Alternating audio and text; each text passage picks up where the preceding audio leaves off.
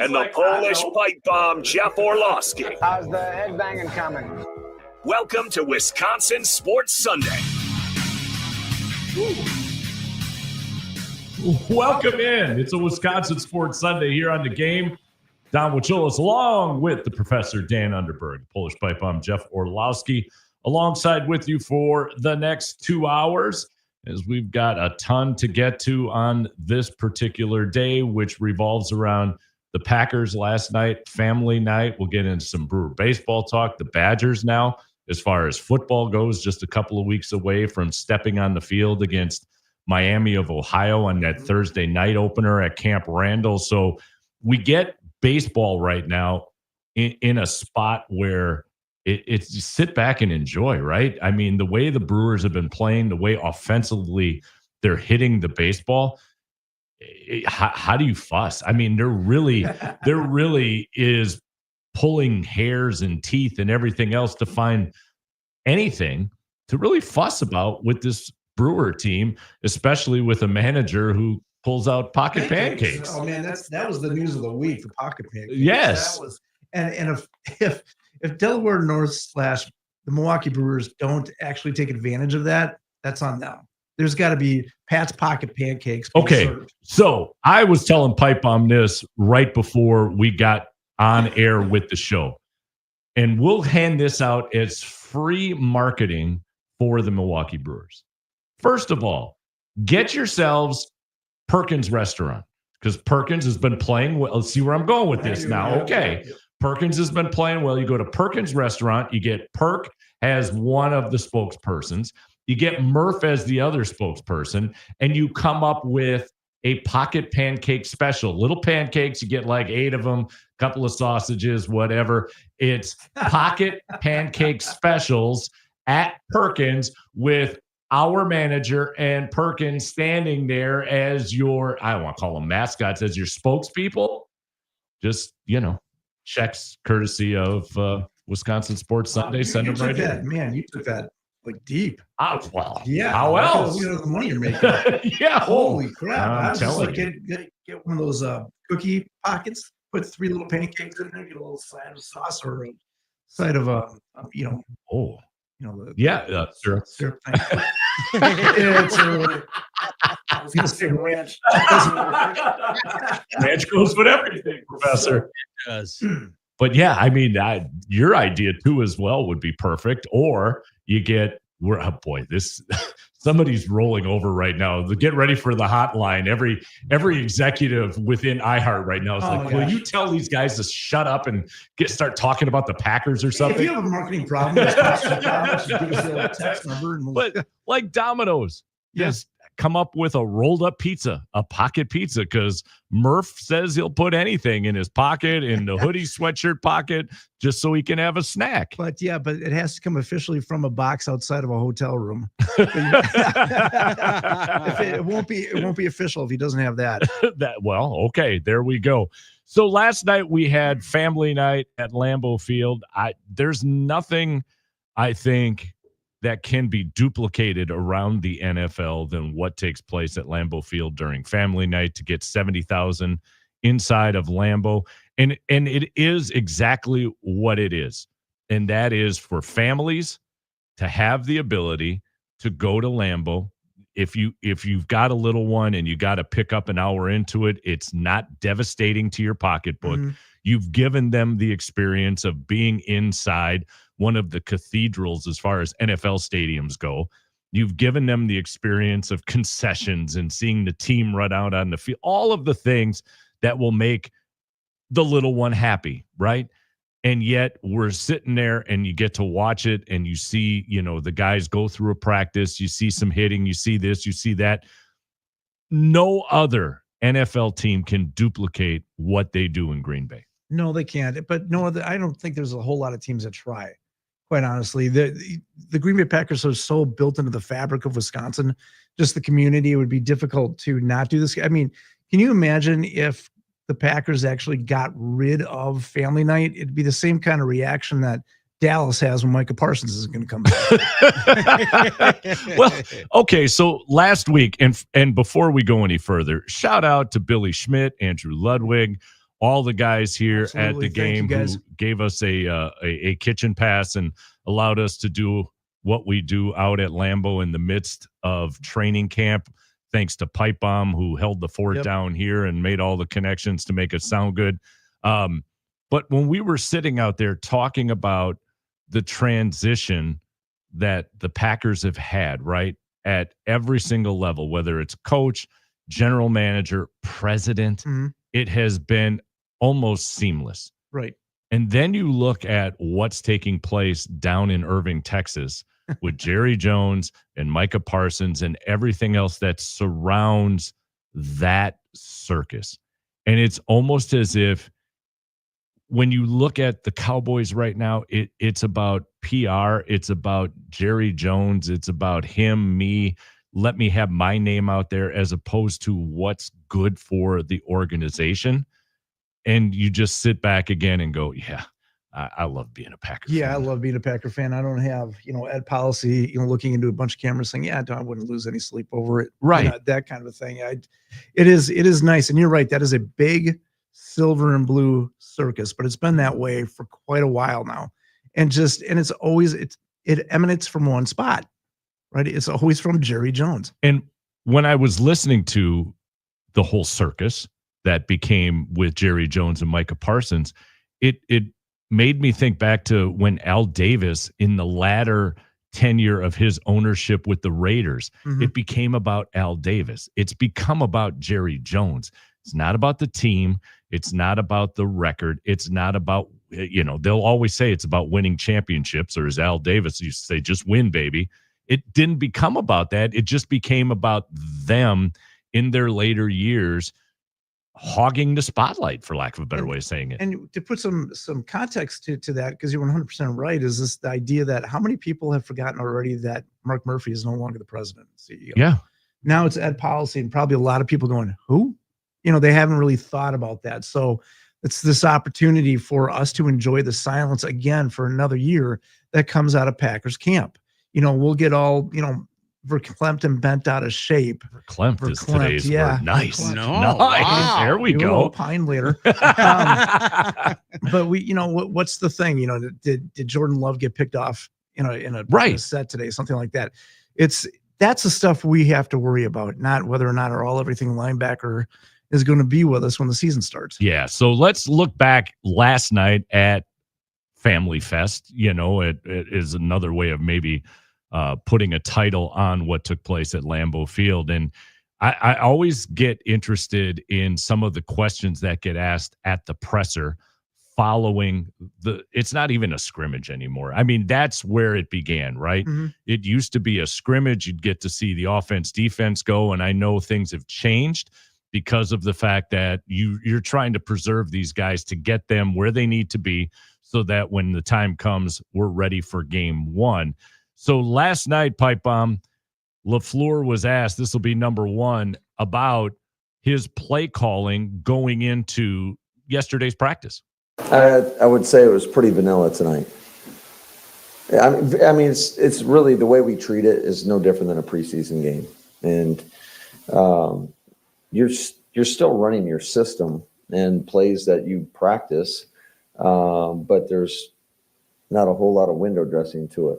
So I don't know what some people thought they were going to see, but absolutely you're going to get vanilla right through the first 3 games of the preseason as well. You're getting the foundational pieces of what the offense is. And then once we get to game number 1, that's when the wrinkles start being incorporated. But you're making sure that your rookies and your veterans are all in on what the basics of the offense are, and especially in that atmosphere. Because for a lot of those guys, and I heard Jordan Love in the midst of an interview talk about that, they weren't going to forewarn these guys what it's like to run onto Lambeau in front of 70,000 for a practice. Like, you've got to experience this for yourself. Those elements too come into play of trying to keep yourself focused and knowing, what the count is, what the play is, what my assignment is. All of that comes into play. So the fact that it's vanilla, nobody should have been surprised by that. But for those younger players, like you were mentioning, just the opportunity to get, I guess, acquainted with that environment, right? Like the insanity of, like you said, 70,000 people being at a practice. All right, now turn this up by about 50 when you go on in the field for the first time for your first regular season game. Then you have a better idea still. But yeah, to be able to walk onto the field and kind of grasp, I heard that football matters in Green Bay. But yeah, it's a rumor. Got a hint, a bit of a rumor, and now you realize that this is real. That's a big deal. Yeah, and so it's all about. This will be number 2, Jeff. It's all about competing right now. That Matt LaFleur is trying to put his guys into a situation in which they can compete, so that they can start to grade things out and figure out who's going to be where on the depth chart. Yeah, I just want to see guys go out there, compete, and if given opportunity to make plays, then we expect them to make those plays. One of the guys that has been making plays, Pipe Bomb, is Omar Brown. And Omar Brown, my goodness. Granted, again, we're still talking about practice. And I don't need to go into the Allen Iverson thing right there, with practice. But Omar Brown, 5 picks already. He seems like a young man who can hawk the football. And that is a trait that some people have innately when they're playing in the secondary. And at least at this point, again, very early on in training camp, we haven't even gotten to the first preseason game yet. But Omar Brown is one of those guys who's kind of elevated his stature within the coaching staff. Yeah, and that's what you want to do. You want to sit there and get have the attention get placed on you. Obviously, you don't win anything by being training camp MVP, but you're not going to win a spot if no one's talking about you. Very well said. So he's doing good right now. He's at 5 picks already. You need one more, man. This is Wisconsin. You got to show up anywhere you go with at least a 6-pack. So he needs one more, and then he'll be golden. Wow. Look at this. Talk about opining on a Sunday morning, Jeffrey. Well done. Gate. Right out of the gate. The coffee isn't even settled in the system yet, and he's already up and moving. So, yeah, Omar Brown has been definitely noticed. And Matt LaFleur, this will be number 3, Jeff. Matt LaFleur has already taken that into account again after family night. He's done a lot. I mean, he's making plays, and you want to see how guys respond and react when they get those opportunities, and he's coming through. So that's really positive. And I know he was elevated, I think, for a couple games at the end of last year. What did you see from him, from the end of the year and then through the offseason program? Well, he's definitely a guy that we had our eye on coming out in the draft process. We had him in for a 30 visit, and so certainly there was some like there for him, but to get him ingrained in our system and to watch him grow and develop, I think has been pretty exciting. So, and again, he's making plays. And making plays, as Jeff was just saying, Dan, is what you got to do. I mean, we have to put some perspective on it because we haven't gotten into the regular season yet. But as Jeff was saying prior to the sound clip, if you don't do something to help yourself stand out a little bit in the midst of training camp, your hopes of either making the team or at least somewhere on the depth chart that will give you some playing time once the regular season comes upon us is not going to happen. So perspective, yes, but you got to be excited for the fact that you've got somebody right now who's hawking the football that may find themselves playing significantly once week 1 gets underway. Yeah, he feels like he's ahead of the curve, and I think every camp has one person that just kind of steps out that you're not expecting to see. But let's be clear about this. He's going to make this team by the way he performs. If given the opportunity in kickoffs and punts, he's going to be a special teams guy. He's going to be that gunner. He's going to be the one that's going to get the tackles, get down there first, disrupt plays. And yeah, I get it. He's a cornerback. I understand that, but and what he's doing, like Jeff was saying earlier, you don't make, there's no MVP for training camp, right? But he is being talked about. He's taken that advantage of moving up into that next system, like you mentioned. He made the team the last 2 games of the year.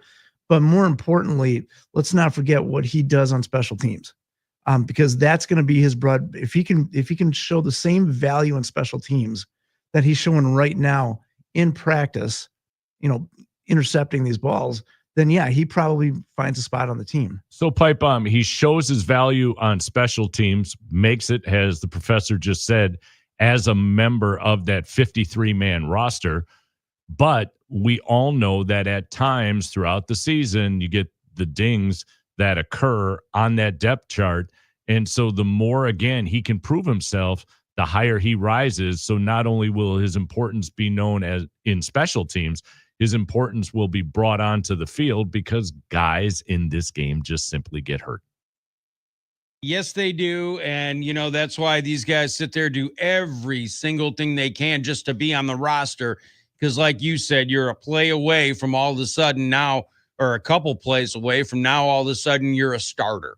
So, and it happens really quick. That's why a whole lot is put on these guys, especially the young dudes, knowing the playbook, knowing where to be, which way you got to go on each play and everything like that. Because again, you're a blink of an eye from going from riding the end of the bench and being the last guy on the roster to all of a sudden you're starting multiple games in a row, and you don't want to embarrass yourself or your family.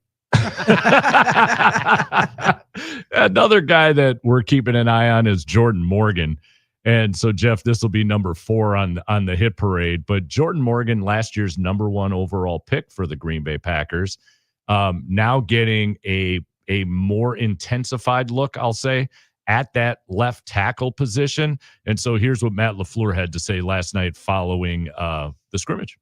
Well, I think it's just there's been a lot of good moments, and then there's some things that we have to clean up. And I think that is it's like that for a lot of players, especially young players. I mean, he played 6 games last year, so, and this has been primarily inside. So to get him outside at left tackle, I think, there's going to be some hard lessons along the way, but I love how he's attacked this thing, and the work that he put in throughout the course of the offseason is pretty evident. You can tell by his body.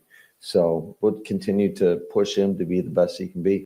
And so my view on Jordan Morgan should not be solely as far as a grade goes, be on his ability to start at left tackle, even though that's what we drafted him for. And there are those pundits already out there, like, if he doesn't start at left tackle, that's a wasted pick. It's a bust. You can go right down the line of all the various adjectives that they utilize. For me, it's more about, A, can he play some left tackle? And then what's his rotation in that offensive line?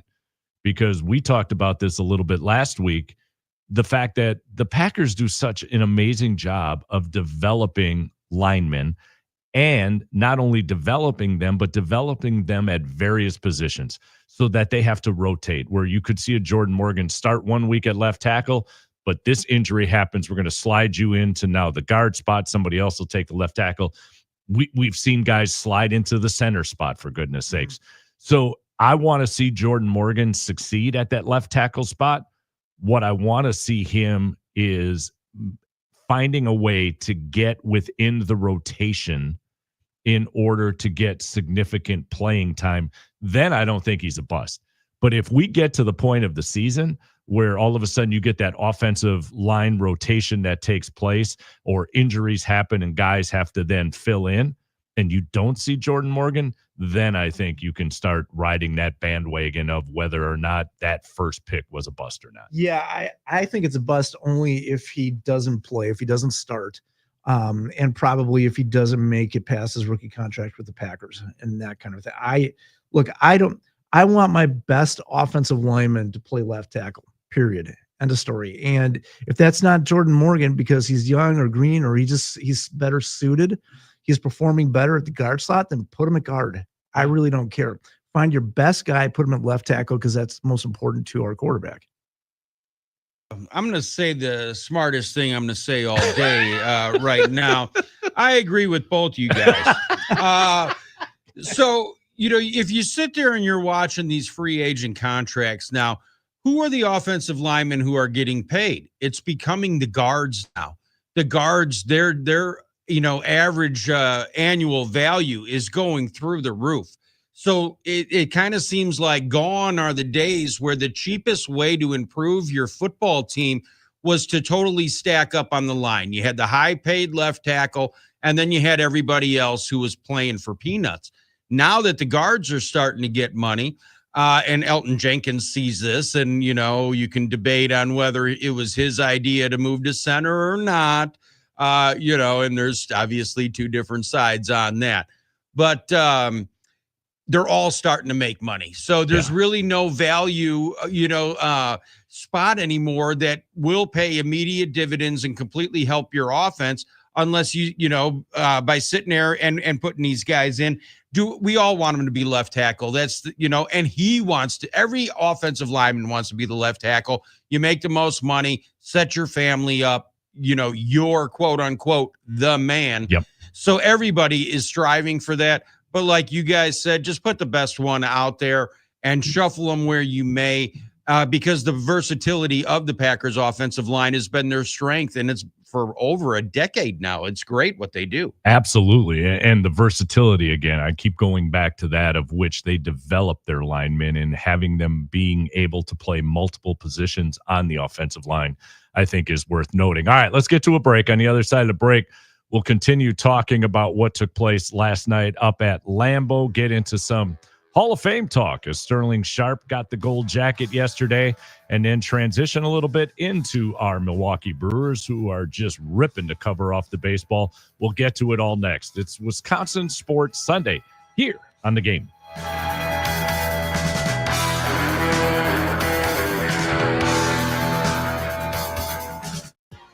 Coming up Monday on No BS, we'll be out in Platteville at Wisconsin Badgers training camp.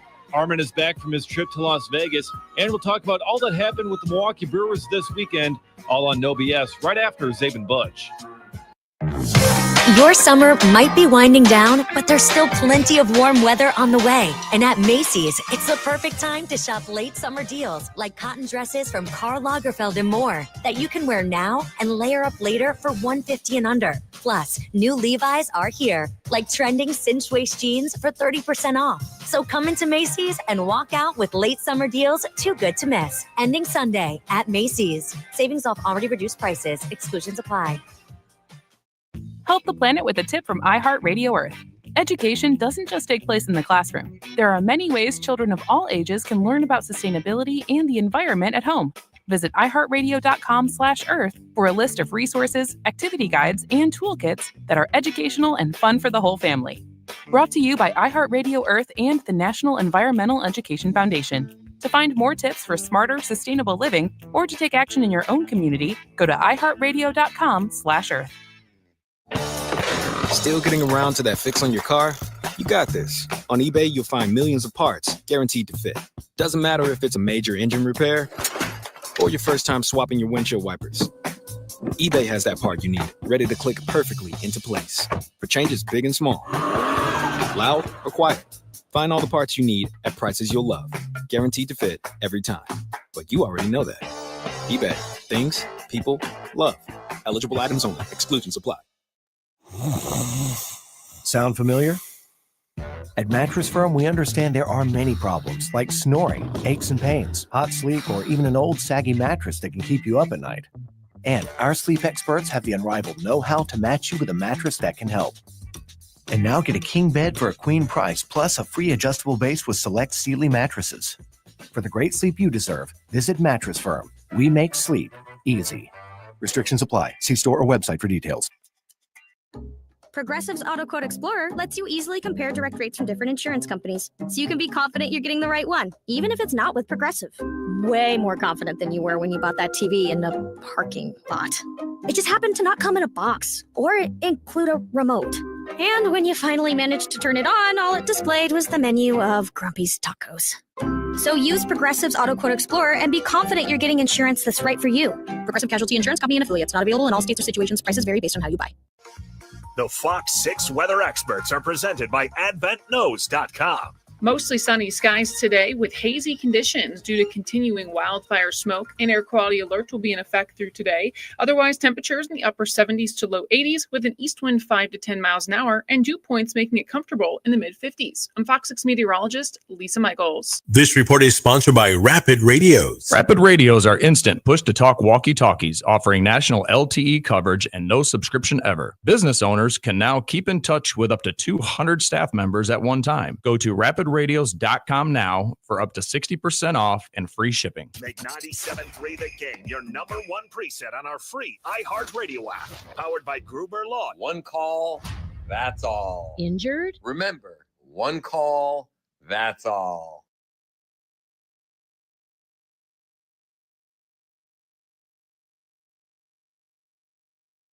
Why the words you say?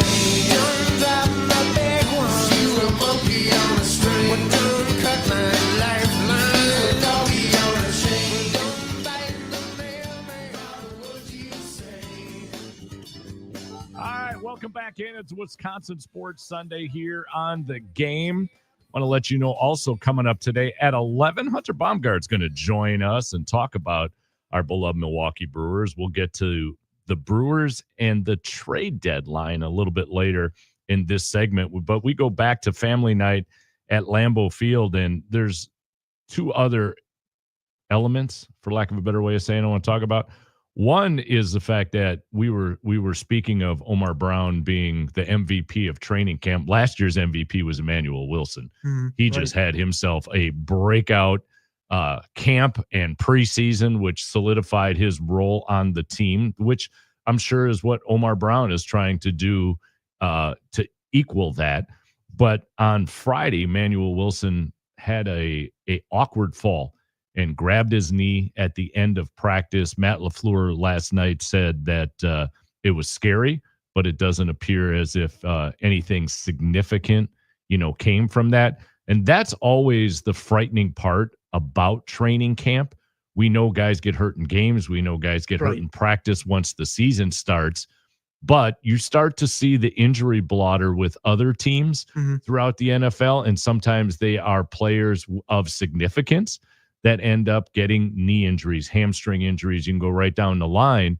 It was great to find out that Emmanuel Wilson escaped anything serious, that hopefully a little bit of time off, and by the time we get to that preseason game with the Jets, he'll be up and running. Yeah, if you went in training camp order in terms of what most likely happens, it's always hamstring, knee, and then like Achilles or something like that. It just makes you rethink what you have to do for the whole season.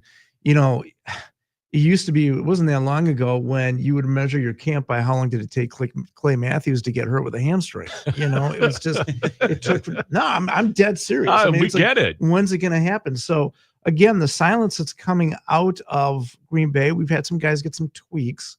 Thankfully, there has been nothing significant as of yet, and you hope that continues, because the whole construction of your regular season can just change in a heartbeat during practice. And that's the worst thing about preseason, is that you want to walk out there with your starting 11 on 11.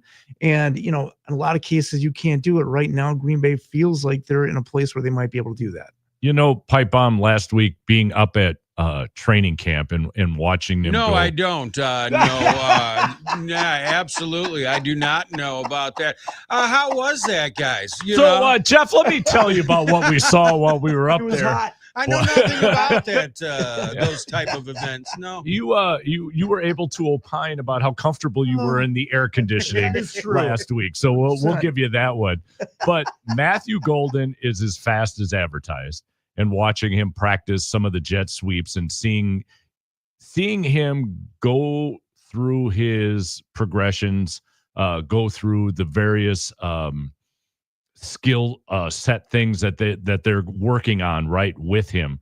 There's a few people in the world that when you watch run, A, it looks effortless, and B, it looks like they're running on air. Like they just glide and they fly by you in a heartbeat. And that's what Matthew Golden is. Now, I say that in watching Romeo Dobbs last night and watching Romeo last week at training camp. I think the addition of Matthew Golden is going to be a benefit to some of the guys who have been on the team now 2 and 3 years, because they see the skill set he possesses and the fact that they could easily now be bumped to that number 2, even maybe that number 3 spot on the depth chart as far as receivers go. And Romeo Doubs is having a heck of a camp himself. Well, this better motivate the hell out of all these guys that were there There you last go. year Thank you. because Yep. you want to talk about a position group as a whole that completely underachieved. Yep. It was the wide receiving core. And so I hope they're all shaking in their boots. Now, that said, I think the load of crap that we were all fed last season where we don't have a number 1 receiver because all our receivers are number 1 receivers.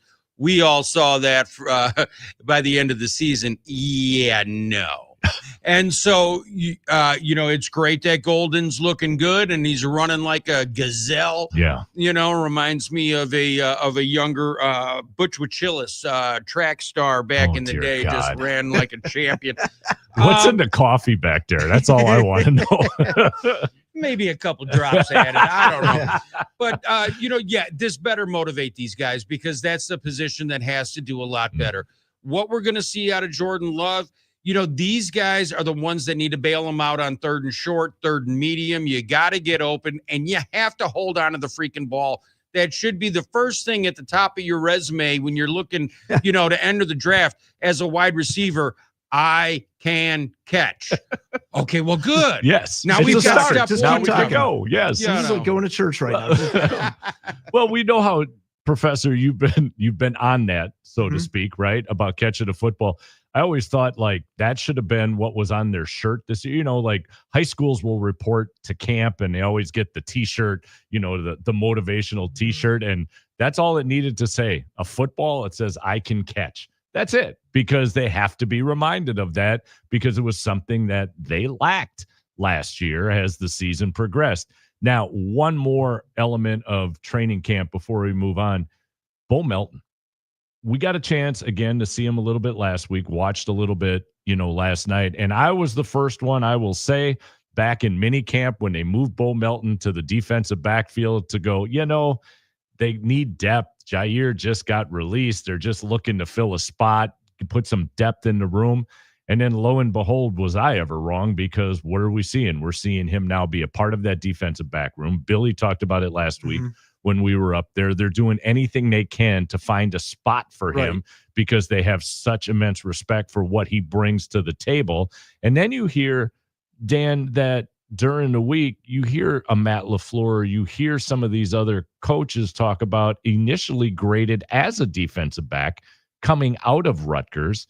And we're starting to see now that come to fruition. And he's really, okay, my depth of knowledge of playing defensive back is very limited, but he doesn't look like a fish out of water.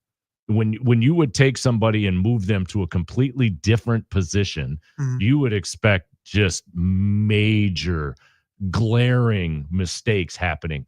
Those aren't taking place, at least as of yet. It'll be interesting to see once they get on the field in that preseason game against the Jets and he gets some reps that are live. It's going to be really interesting to see how that progression has gone and whether or not he can continue and move in the right direction. Yeah, it's easy, and I'm guilty of this, of getting tunnel vision, and Billy did a really nice job, like you mentioned last week, and saying they just want him on the team. They want to find a place for him on this team. And the idea for me of Bo Melton, I think he's still going to be a preseason guy. He's got to show that he can do it. Then he can maintain the basic foundation of what the defense wants to do. I'll take one step further from what Pipe Bomb was saying about receivers catching the ball. Bo Melton makes his team if he shows that he can tackle too. If he cover and tackle. Yeah. Look, the wide receivers are definitely they're going to get their catches. It doesn't matter. But when you're in the secondary, now show me that you can tackle. And Bo Melton, big enough guy to do it, where he should be able to keep up with some of these guys coming across the middle and say, okay, I've got you on this and I'm going to bring you down. Maybe you got a first down, maybe you got 5.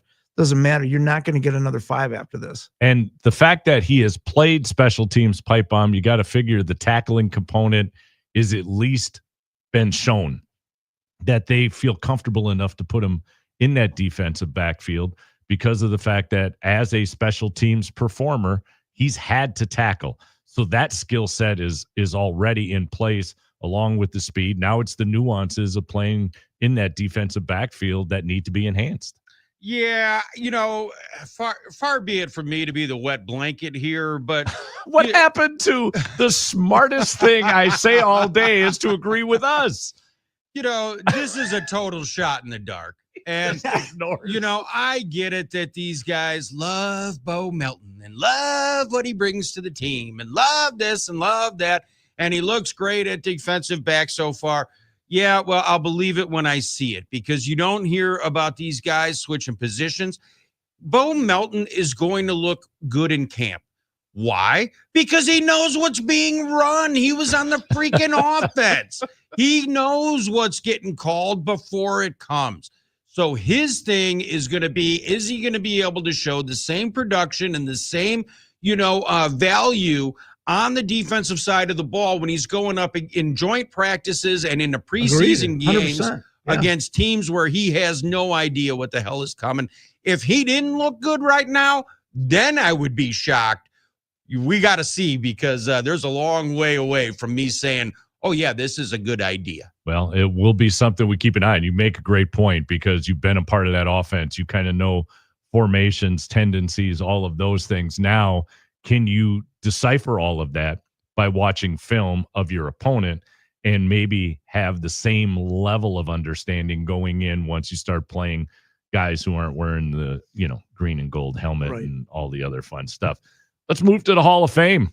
We had the Hall of Fame induction ceremony yesterday where the gold jackets were handed out, and we had one of our own that was inducted, that being Sterling Sharp.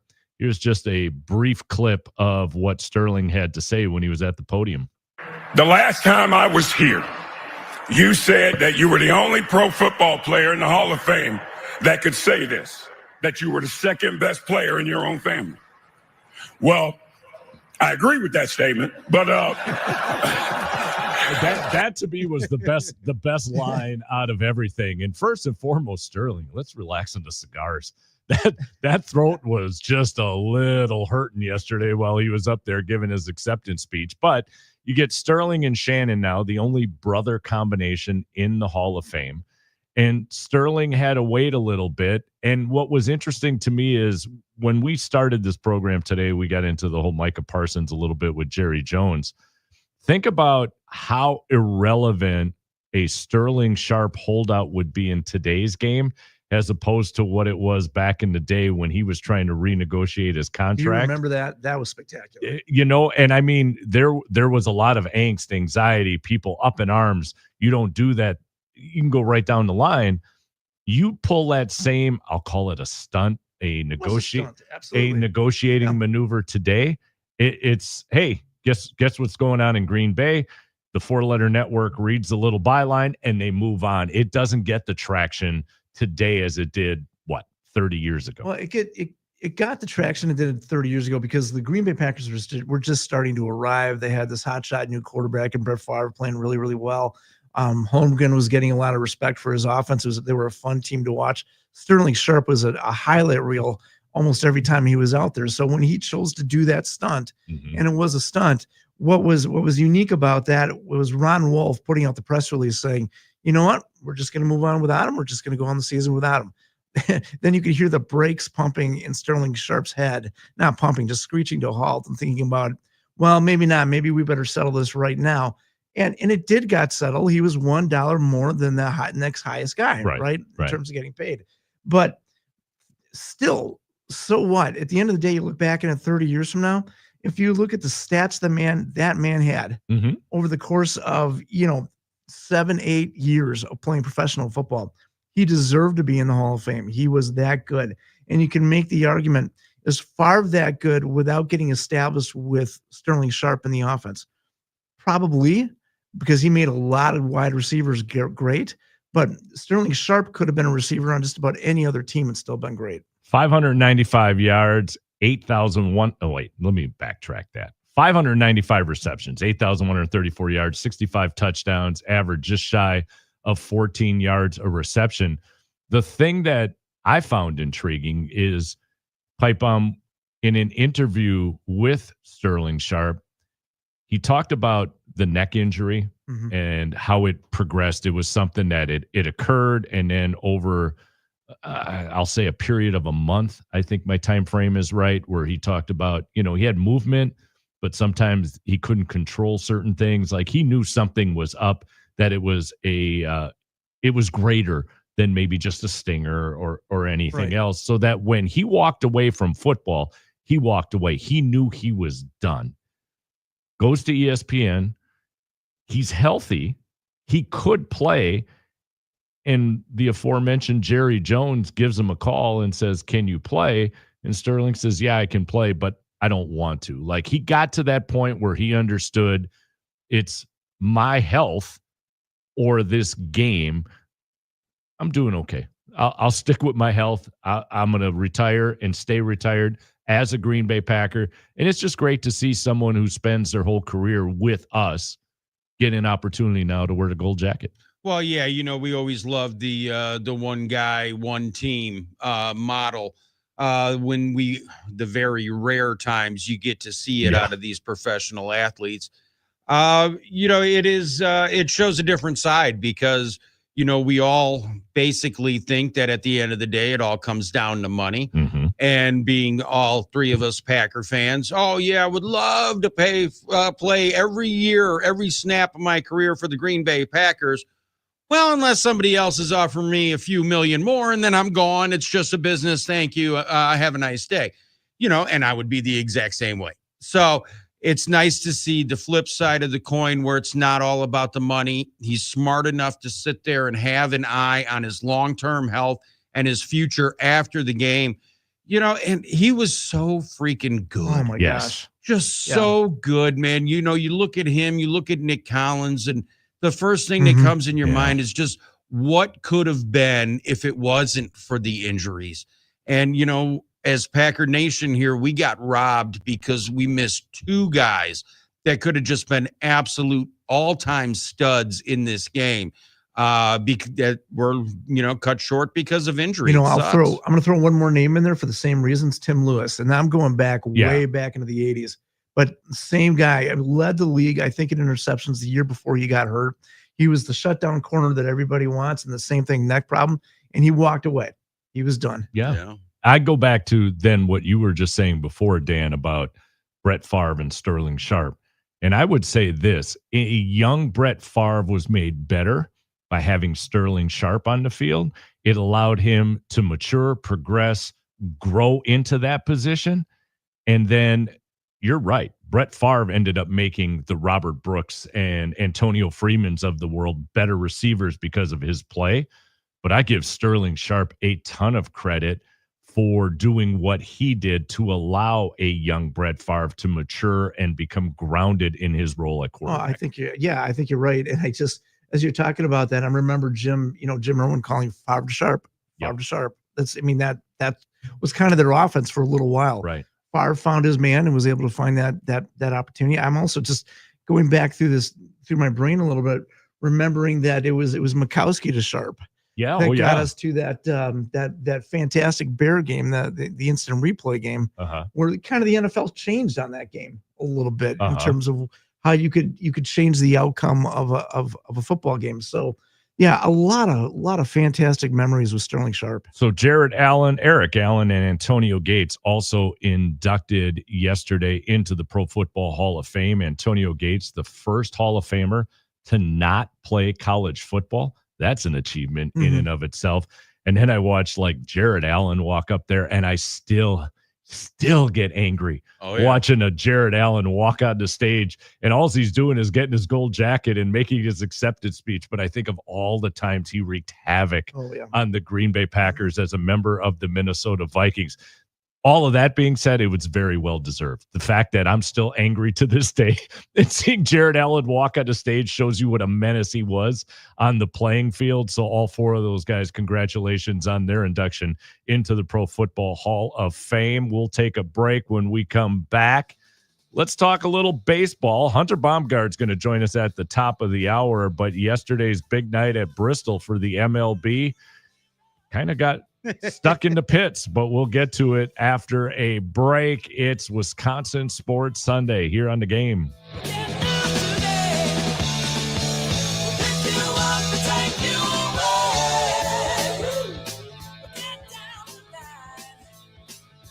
This week on Packers Prime, since the weather here in Wisconsin has been so hot this summer, we thought we'd cool things down to the coldest game in NFL history. Starr begins the count, takes the snap. He's got the quarterback taken. He's in for the touchdown. The Packers are out in front. 20 to 17. There's 13 seconds showing on the clock, and the Green Bay Packers are going to be world champions. Packers Prime, the Ice Bowl, Sunday at noon on your home for Packers football, 97.3 The Game.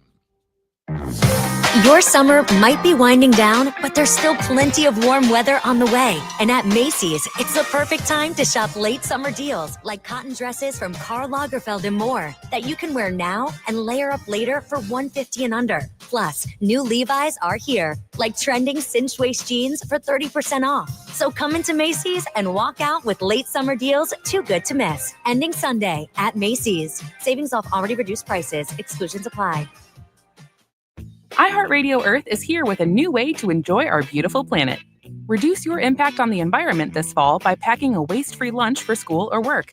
Avoid foods with excessive packaging.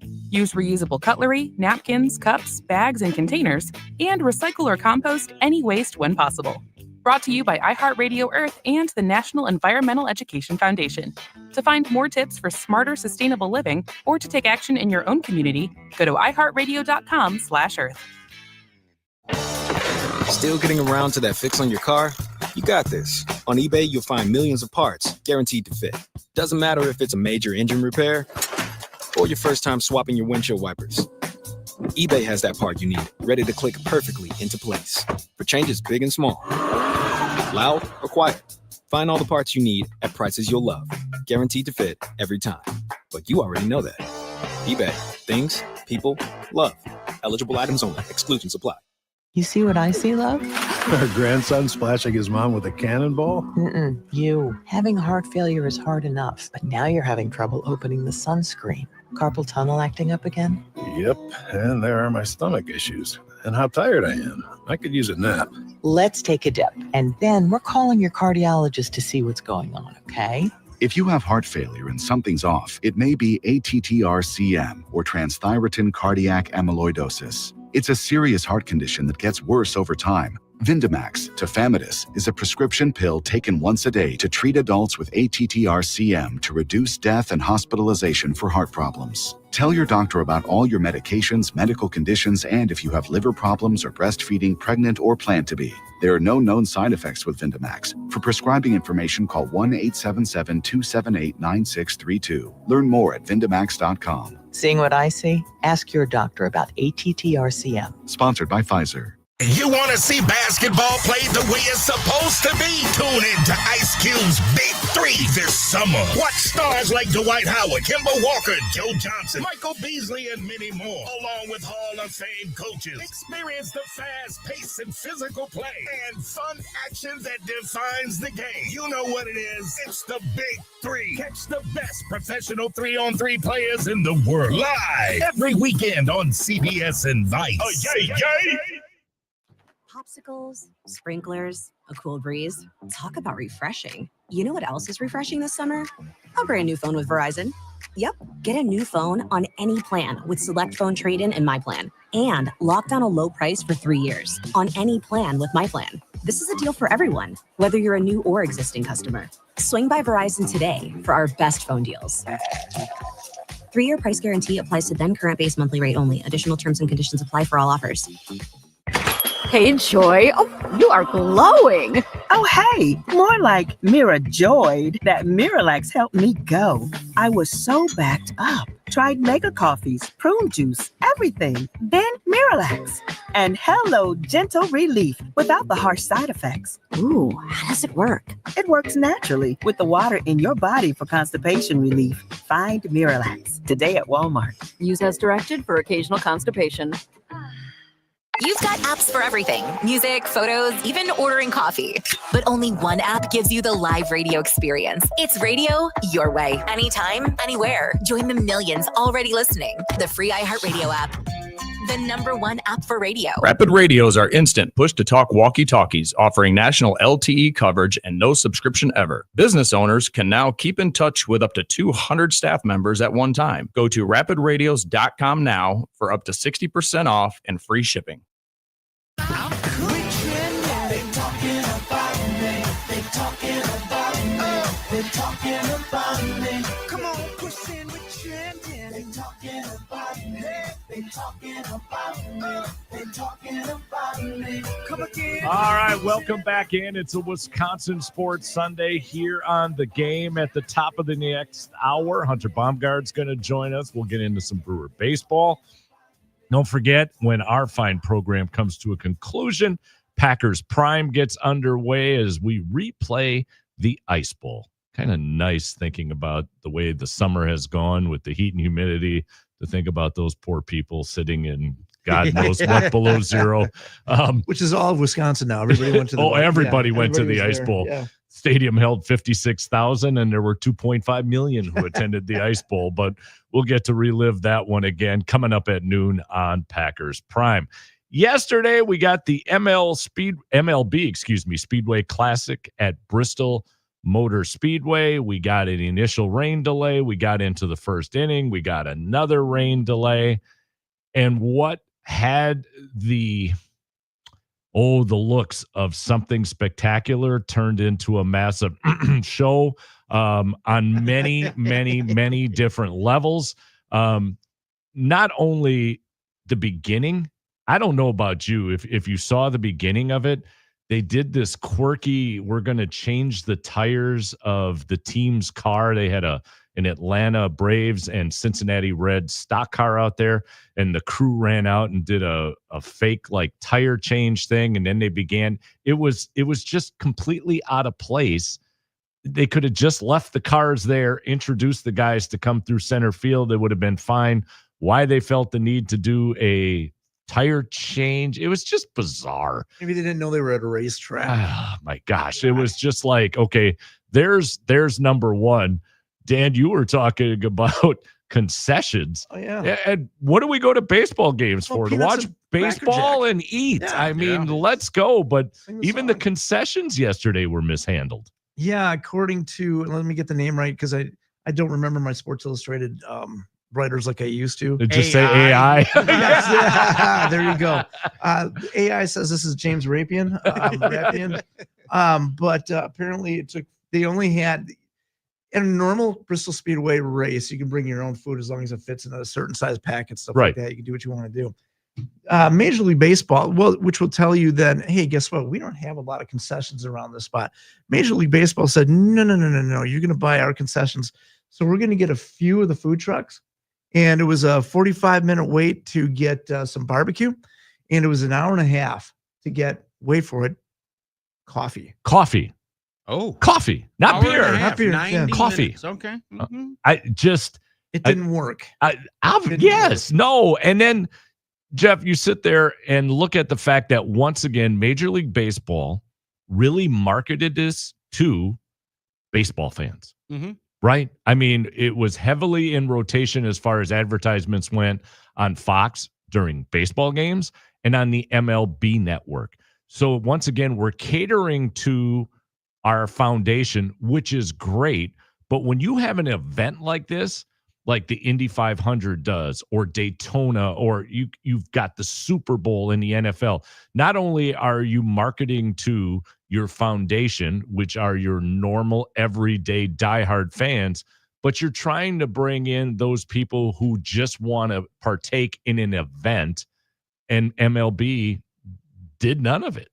No, and this is why, anytime someone says, oh, yeah, we're going to get a bunch of consultants together, be worried, because, they always figure out a way to drop the ball.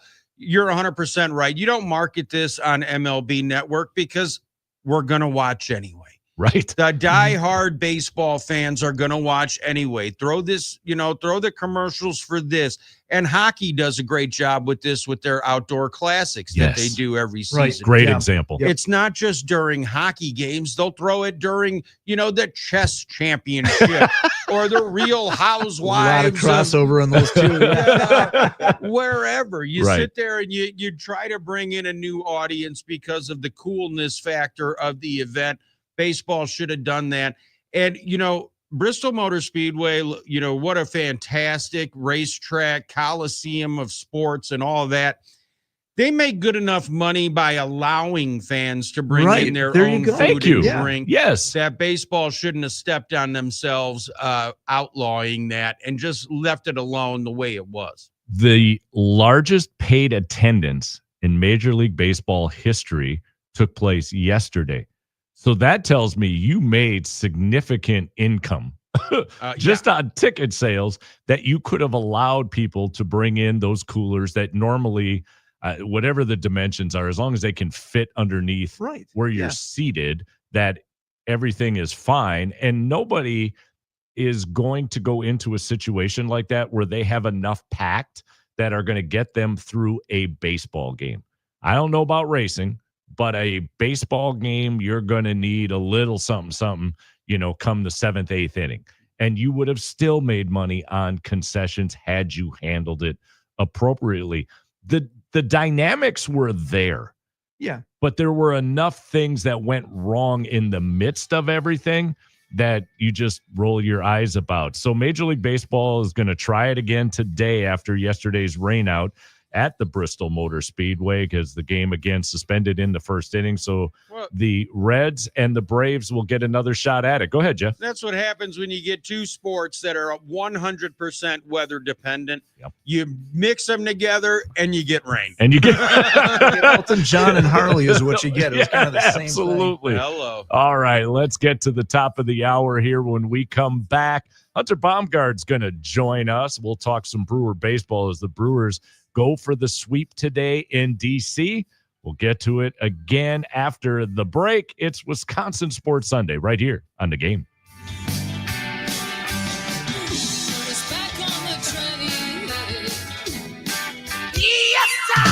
Zabe and the championship vacation team hit the road to the newly opened adults-only, all-inclusive Hyatt Vivid Grand Island Resort Cancun in February of 2026. It's Sunburn Bowl 7. Indulge in 11 gourmet restaurants and 6 bars, sunsets from the rooftop pool, live broadcasts, nightly entertainment, and more. It's Sunburn Bowl 7. I waited for this. I'm so excited. Call Travel Leaders Discovery today at 833-TL-TRIPS or go to thegameandstuff.com for more information. iHeartRadio Earth is here with little tips for a healthier planet. When dining out or shopping at the grocery store, ask for sustainable seafood. By choosing sustainable seafood, you can help reduce overfishing, bycatch, loss of top predators, illegal fishing, and other harmful environmental impacts. Brought to you by iHeartRadio Earth and the National Environmental Education Foundation. To find more tips for smarter, sustainable living, or to take action in your own community, go to iHeartRadio.com/Earth. Gatorade is the #1 proven electrolyte blend designed to hydrate better than water. So you can lose more sweat and raise your game. Gatorade, is it in you? They say seeing is believing. And when you check out what's waiting for you at American Place Casino, you'll definitely believe you'll love it. From thrilling gaming to top-notch service, we're changing the game. Come play all your favorites like blackjack, craps, roulette, and the latest slots. Catch a game at the sportsbook, enjoy great restaurants, bars, and more. If you're ready for excitement, exceptional service, and an experience you'll never forget, then we'll see you soon. American Place Casino. Change the game. Must be 21 years of age or older. If you or someone you know has a gambling problem, crisis counseling and referral services can be accessed by calling 1-800-GAMBLER. Your summer might be winding down, but there's still plenty of warm weather on the way. And at Macy's, it's the perfect time to shop late summer deals like cotton dresses from Karl Lagerfeld and more that you can wear now and layer up later for $150 and under. Plus, new Levi's are here, like trending cinch waist jeans for 30% off. So come into Macy's and walk out with late summer deals too good to miss. Ending Sunday at Macy's. Savings off already reduced prices. Exclusions apply. When I was in Iraq, our convoy was hit. It was bad. After I came home, I could still hear booms and see tracer fire. Makes it hard to be a good mom. As America's veterans face challenges, DAV is there. I'm Naomi Mathis, Air Force veteran. With the right support, more veterans can reach victories, great and small. With help from DAV, I was able to begin to heal. DAV provides a lifetime of support to veterans of every generation, helping more than 1 million veterans each year. Today, I'm part of DAV. We're veterans helping veterans to get the benefits they've earned. And I give my veterans my all. But there's more to be done. and more victories to be won. My victory is being able to be here for my children. Naomi Mathis, thank you for your service. May your victories inspire many more. Support more victories for veterans. Go to DAV.org. We all hear the radio ads about the IRS. They tell you to be afraid, to be scared, and they try to frighten you into calling. I'm not here to do that. Tax Relief Advocates is different. TRA is here to tell you that if you owe money to the IRS, whether it's $5,000, $50,000, or $500,000, we have a solution. It doesn't matter if you're sitting in your car, at work, or with your kids. No matter where you are, call now. 800-575-7098. Don't lose hope. TRA can eliminate or reduce what you owe to the IRS. Generous programs are now available that can give you a fresh start. Our passion is taxes and helping individuals fix their IRS problems. We have over 1,000 5-star reviews on Google and an A+ with the Better Business Bureau. You don't need to be afraid of the IRS any longer. End your tax nightmare today by visiting us online at TRA.com or call 800-575-7098. That's 800-575-7098. Tax Relief Advocates, real solutions for real people.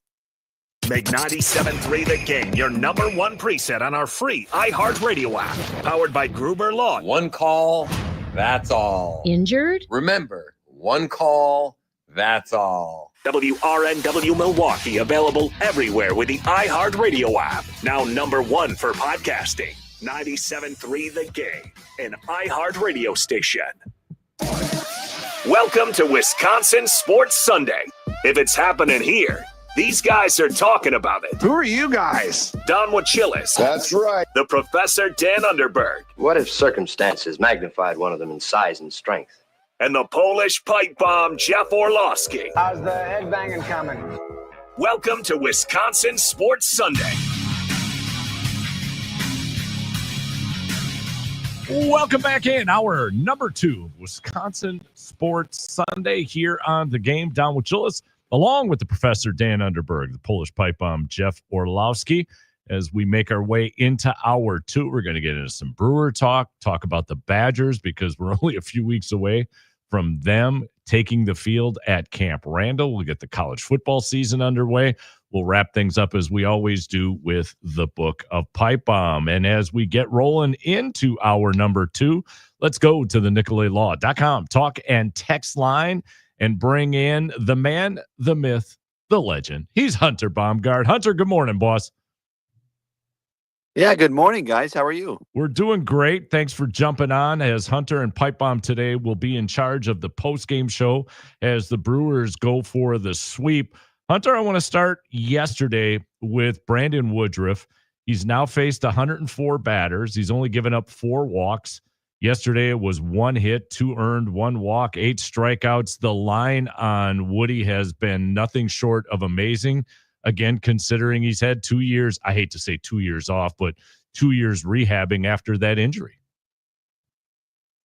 Oh, for sure. And he also threw his fastest pitch, since before the injury as well yesterday. So you can tell he's building up more and more with that strength, and just with the ability to reach back and sling it again. I mean, he's had to kind of adjust when it comes to how he's been able to pitch out of this injury, just because his body isn't the same mechanically as it was before the injury.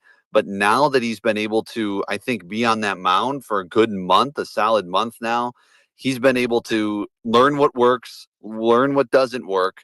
And now he's just able to go out there and pitch without, thinking too much about it. And he's just kind of going and doing his thing. He kind of, in that first outing, he said, he didn't care about results. He was just going out and just seeing how everything felt.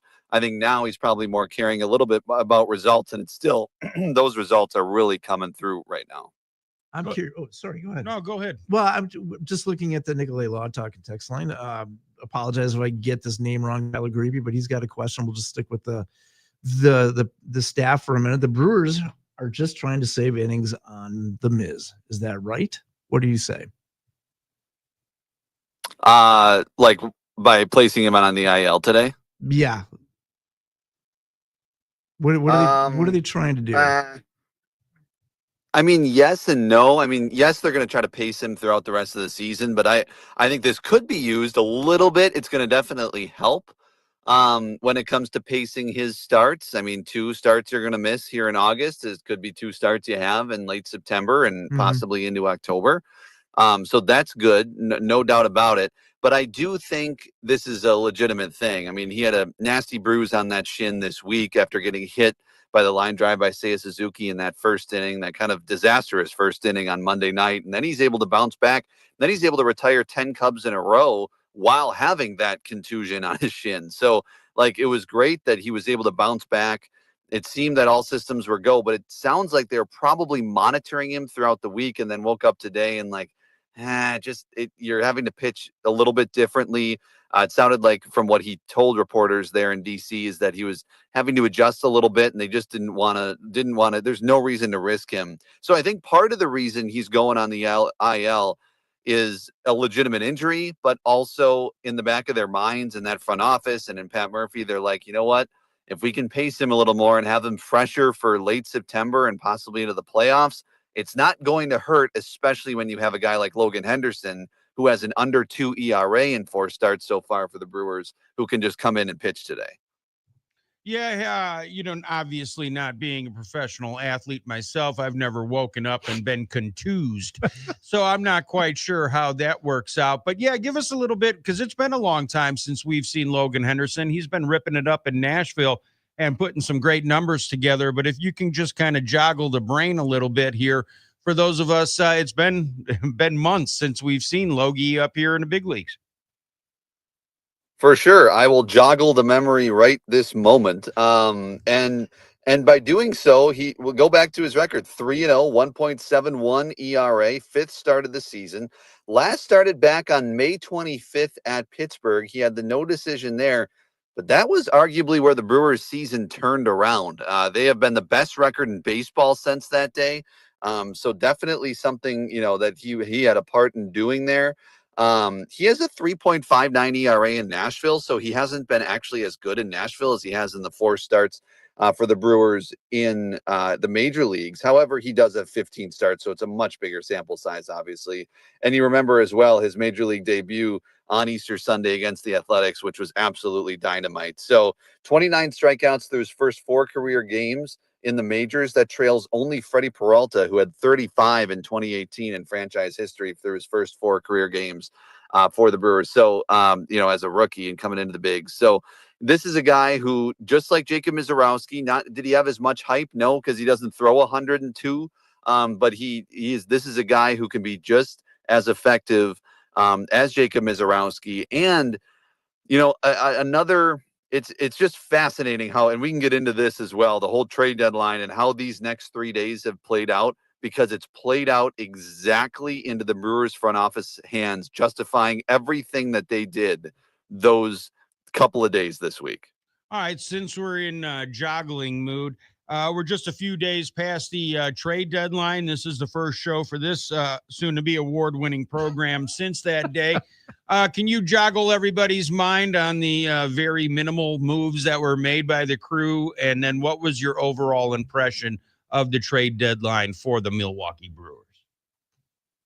Yeah, I mean, coming into it, I was thinking, okay, get a reliever, get a bench bat, be able to fortify your bench, a guy that can come in and start and platoon if need be, possibly on the left side of that infield, whether it be for Joey or Caleb Durbin over there.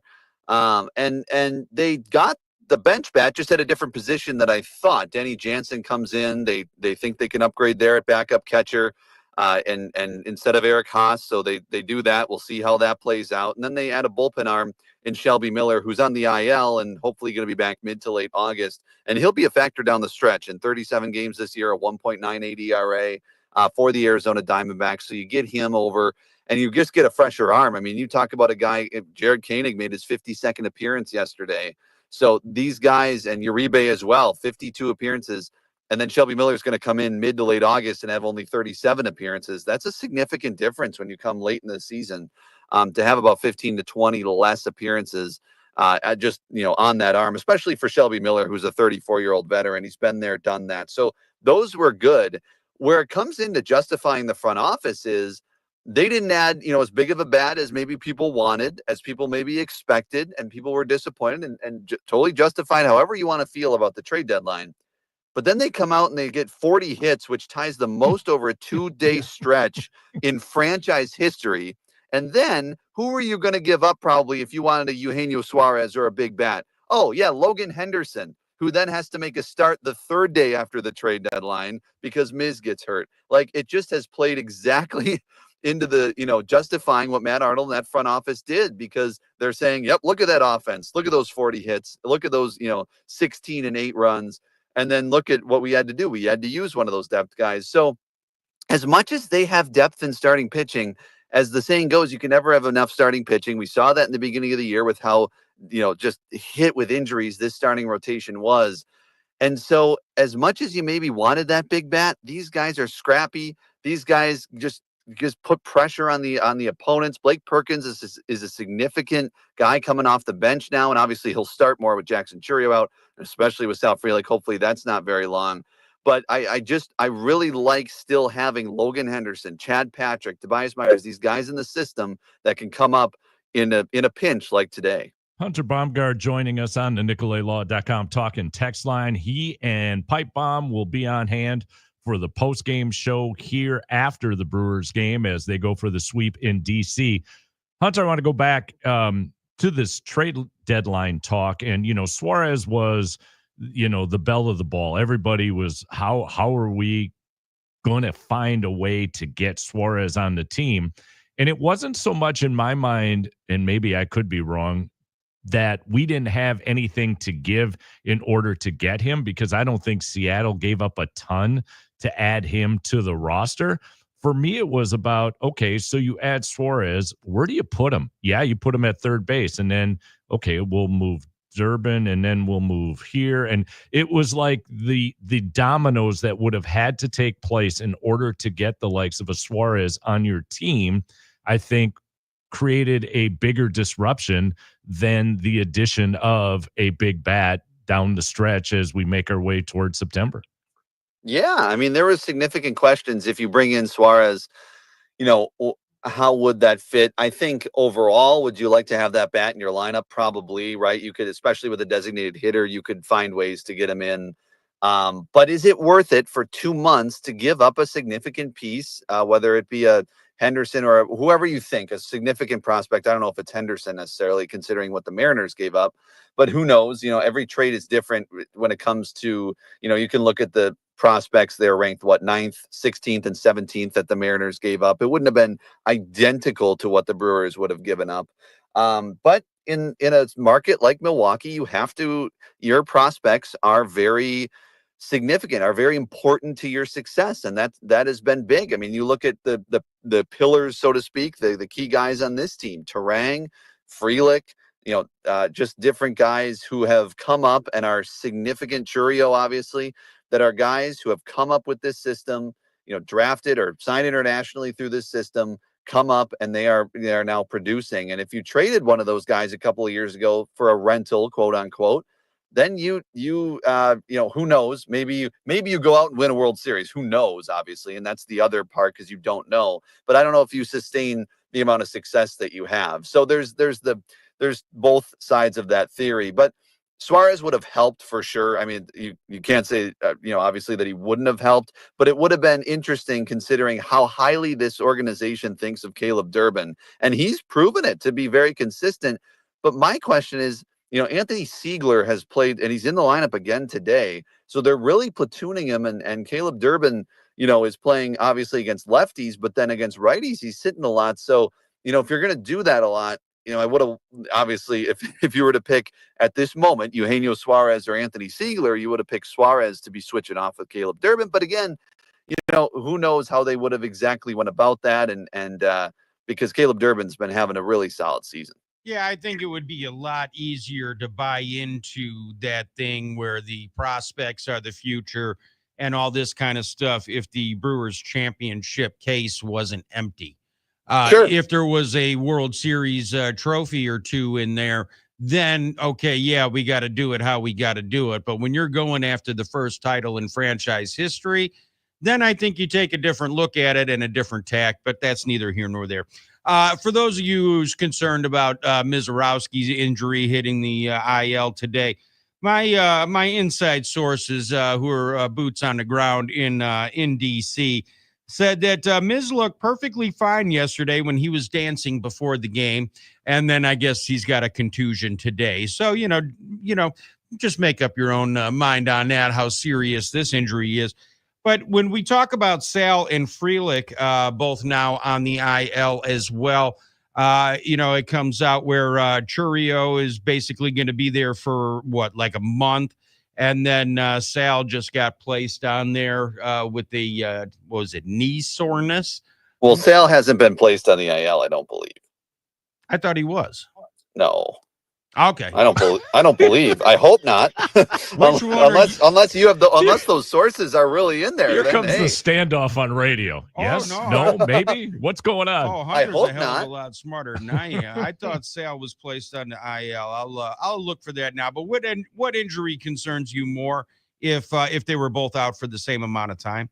Sure, absolutely. No, and I, he could head there. The good news is Pat Murphy yesterday said it's day to day. It's that same for Sal Frelick. It's the same meniscus that he had hurt earlier in the season. He had to miss about 3 games in May due to this. He had surgery back in 2019 on the meniscus in college, and it's kind of, it sounds like what Pat Murphy said. He was kind of explaining it after yesterday's game that maybe a suture, something like that from the surgery kind of occasionally bothers, kind of flares up, and then it hurts for a few days, and hopefully they can calm it back down. So hopefully he'll be able to avoid an IL stint this time. He's not in the lineup today. And so Lockridge is in there again. And so, you're getting a taste of Brandon Lockridge for sure. I mean, obviously he started Friday, and then Saturday, yesterday he pinch hit for Sal Frelick once his knee flared up, and then he starts today. But I think significant, they're really, those are two. If you were to pick 2 people in this lineup who would be maybe the most significant, I might pick Churio and Frelick. Yelich is up there too, because as Yelich goes, the team goes, it seems. So he's right up there. But man, Frelick at the leadoff spot has been dynamite. Comes back yesterday 2 for 2 before he's pulled. And then Jackson Churio has been arguably your hottest hitter over the last month or so, until obviously Contreras has really come on here in the last few games, the last week or two. But those are 2 really significant pieces in this lineup. If you are out for a month with both of them, that's significant. Like that could affect your offense very significantly. And that comes back to, okay, what did you do at the trade deadline to boost your bench? Could Danny Jansen in it, be a DH, and then you maneuver and somehow, use him a little more? Does Lockridge, can he get lightning in a bottle? Not maybe as good as Vaughn, because Vaughn's putting up historic numbers, but something that is maybe significant that way. I just think it's a very significant. If they're both gone for a month, that is significant. We know Churio's gone for about a month. We're hoping that Sal, that day-to-day, can hopefully come back in the Braves series. That would be very optimal. But it's not good. And it seems, as Tim Allen, I think he said it a couple days ago, seems like the year of the injury, and it's really unfortunate. But there has just been so many. You think, Contreras hasn't been on the IL, but the guy's been fighting a finger all year. So you just look up and down the lineup, up and down the pitching staff, and it's hard to find guys that have made, every start and just have not gotten injured this year. All right. Well, of course, you're right. Sal hasn't been placed on the IL yet, and let's hope that doesn't happen. Last one here for me. It's kind of a 2-parter. You talked about Andrew Vaughn and the Vaughn mower and how electric and productive he has been.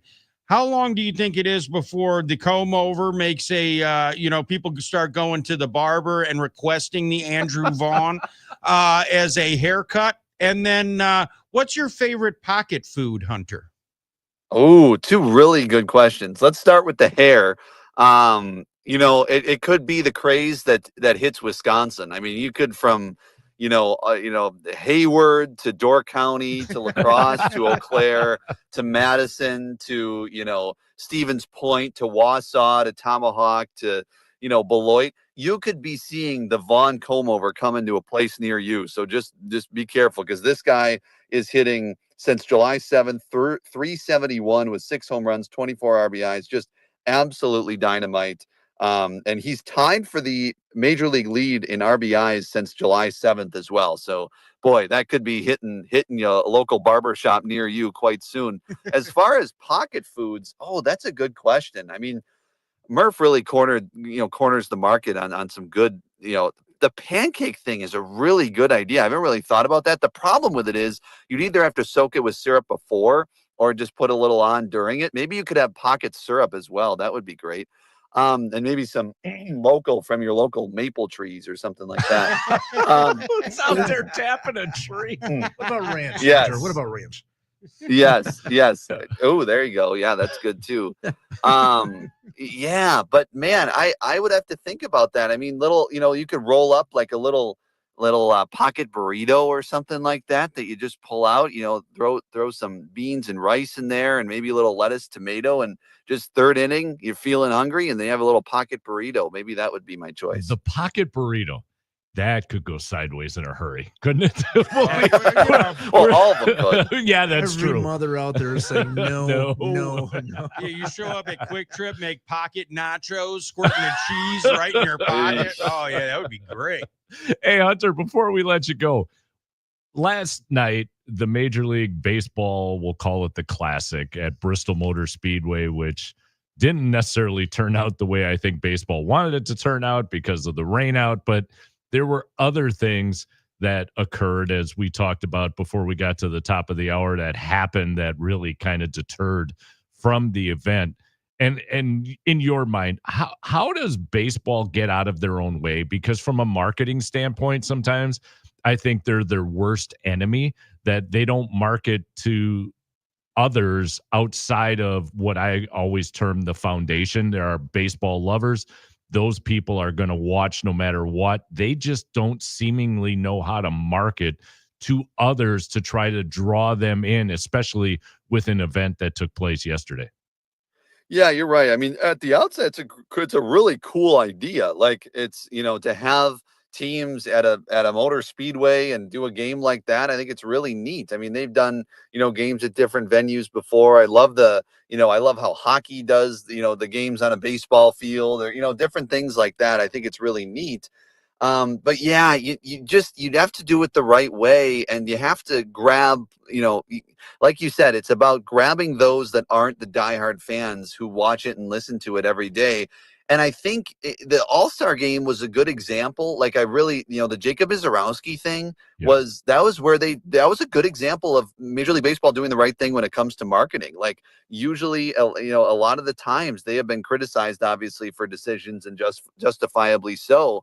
But that was one of those examples where it's a young phenom, it's a guy that, not even people around the country who are not watching baseball on a daily basis, knew about him. Okay, who's this guy? This guy's throwing really fast in Milwaukee, and he's going to be in the All-Star game, and I'll be able to watch it on a national broadcast, because baseball is very regionalized simply because most of their games are just shown in the local markets that they have, unless you have an MLB TV or, and then again, you're a diehard fan who's not necessarily, going to, that's just, you aren't the target audience, so to speak, for something like something at a motor speedway. So I think they can definitely do a better job with it. It doesn't help when the Apple TV broadcast, it was good. The camera angles were great and everything, but then you have the, announcers making, different mistakes, like glaring mistakes. Like if you're going to do these types of things, you got to do them well, because if you're going to do games on, say, Apple TV Plus, right, that's to a different audience, maybe a younger streaming audience that is usually going to their shows. Oh, the Brewers are playing. Oh, or whoever it is, the Astros are playing. Let's watch. Well, if you then watch and something like that happens, and a mistake is made, and it's like, oh, well, how valid really is this? Like, you gotta make sure that your product, if you're gonna put a product out there, it's got to be really good. No, you make a good point, especially coming off the All-Star game, which I thought they did a magnificent job. As far as those of us watching it on television, I thought they did a great job. And then after hearing and watching yesterday, it just kind of turned into a show and kind of set them back a little bit. Hunter, as always, thank you so much for jumping on. Look forward to listening to you and Pipe Bomb once the Brewers make that sweep today in D.C. Yes, can't wait. Thanks, guys. Always fun. All right, Hunter Baumgart joining us on the NicoletLaw.com talk and text line. It's time for us to take a break. Let's talk about the Badgers on the other side. It's a Wisconsin Sports Sunday here on The Game.